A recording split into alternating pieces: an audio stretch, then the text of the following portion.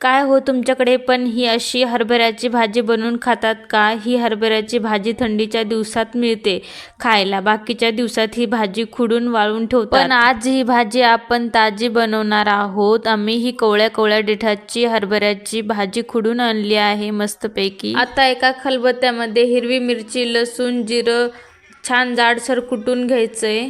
अशा प्रकारे कुटून घ्यायचं बरं का, जास्तही बारीक कुटायचं नाहीये, जाडसर कुटायचंय। आता त्यानंतर गॅसवरती एक कढई ठेवायची, ती गरम झाली की त्यामध्ये फोडणी करिता तेल टाकायचे।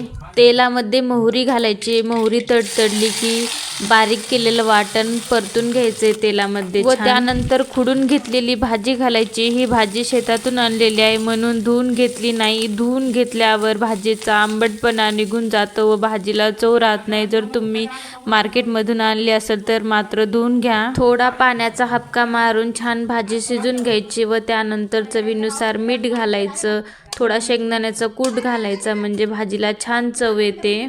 तयार आहे भन्नाट चवीची हरभऱ्याची भाजी। तुम्ही बाजरीच्या भाकरी किंवा ज्वारीच्या भाकरी सोबत सुद्धा खाऊ शकता, खूप जबरदस्त लागते बरं का। तुमच्याकडे कशा पद्धतीने भाजी बनवतात मला कमेंटमध्ये नक्की सांगा। व्हिडिओला लाईक करा आणि सबस्क्राईब करायला विसरू नका।